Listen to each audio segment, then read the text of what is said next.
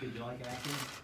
The process of being on a movie set, did you enjoy that part of things? It was rigorous for just committing myself to another challenge, so Lionsgate, Pepsi, Temple Hill, our writers and our director did a great job of just kind of being patient with the actors that were on set.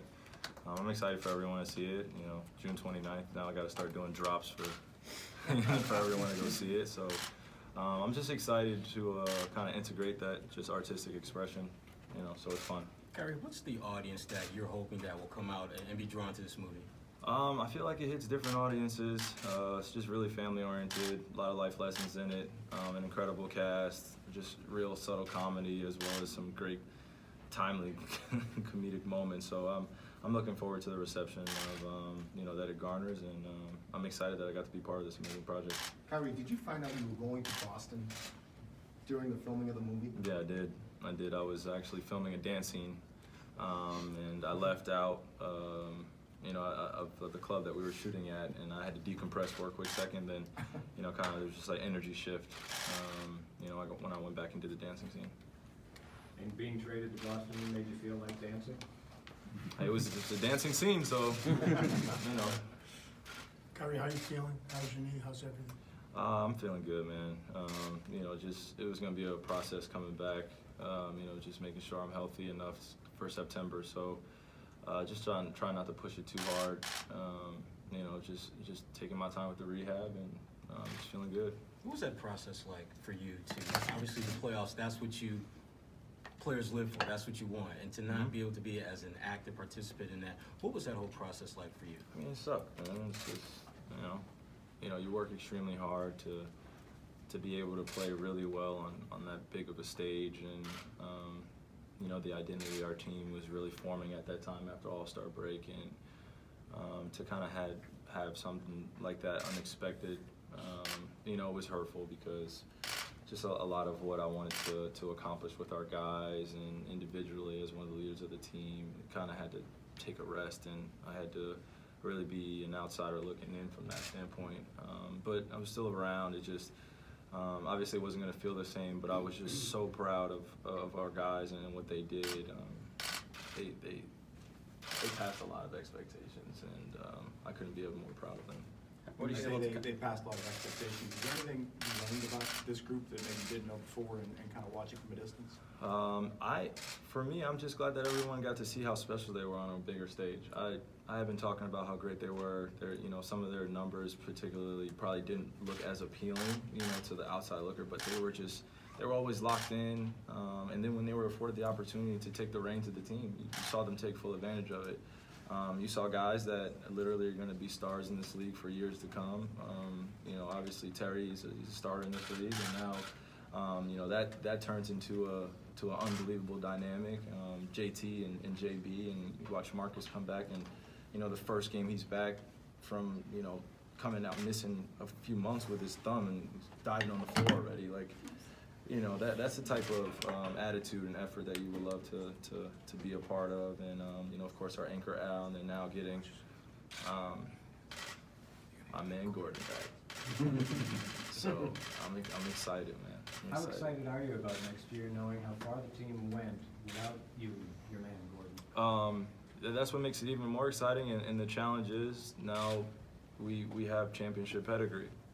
They have experience, our young guys that sometimes other young guys in the league aren't necessarily afforded, and they gained a lot of experience, and now it could only help us going forward. But it's going to be practices are going to be high intense, and that's what you want as a competitor. So I'm looking forward to that. KYRIE, what kind of things are you able to do now physically? Are you able to kind of run yet? Or no, I'm not running yet. It's a process. I'm on the floor doing some running activities, but I'm not running on the treadmill or anything like that. Me and my strength and conditioning coach, we're taking it one day at a time. I think around this time it's probably 15 weeks until the 3rd week of September. Not that I'm thinking about anything, but, so I'm excited to just really utilize this off season to dedicate myself to my craft and things outside of it. KYRIE, what would happen in, go back to 14 and even just last year for yourself? You get into this time of year and you're fully expecting pretty much anything can happen? What do you mean? Like, Yeah, when LeBron came back to Cleveland, and then just Oh, last yeah, year, yeah. situation, anything can really happen over the summer. I mean, I'm truly grateful to be able to speak with management as well as our coaching staff, and you know, we pretty much have open dialogue with the direction we're going in, and we all feel confident that we all have something to offer here. And you know, the fact that we're even having those conversations, I'm a part of it. I'm thankful for it. So obviously, it's a business at the end of the day. Ownership and management, they're gonna feel what's best for our future, and you know, I'm fully supportive of it. So you know, we'll see what happens. As a player such as yourself, who's been around the league for a while, this time of year, to have that type of relationship with management, where you can have that kind of dialogue, how much does that help this time of year, particularly when you hear rumors like LeBron maybe coming to Boston and that kind of stuff, to really, you know? It puts things at ease. Obviously, the speculation from the outside it's inevitable. So you don't really try to control that narrative. You try to focus on what's important, what we need for going until next year, being aware of who we have now and what we're capable of, and things that we need to kind of fix or you know, get done, and you know, just go from there. Have you guys had any conversations about just the LeBron rumors out there? No. Have you had any discussions about your future beyond this coming year? You get a greater sense of self-determination after this year, but have you talked about that at all? No. What's your hope? What's your desire? Well, my hope is that maybe we could limit it to maybe one question a day about what I'm doing next year. So, I mean, that's my hope, but obviously I can't necessarily control that. So, but I think that you guys can feel my attitude is really just redemption next year. Really integrating myself with our team again and really focus on winning a championship. That's the only thing I'm really worried about. Until I get to that point, then I can't really, you know, clearly concise answer any questions, you know. So I'm pretty sure management and I will have a talk, but that talk won't happen now. If you go into next year and you're on a one-year deal, essentially, do you think that'll affect the team or you adversely at all? It's for me, I think it's unfair in terms of putting responsibility and also putting that communication with other guys. You know, and the focus is solely on winning a championship next year. So I don't think it'll necessarily have an effect. I'm doing my best to kind of deflect all that and focus on what's in front of us. What the roster is currently constructed, do you look at it as, you know, whenever you get to camp, you've probably never played in that competitive of an atmosphere? No, I've played in some high level. Practice-wise. Yeah, practice-wise. Yeah.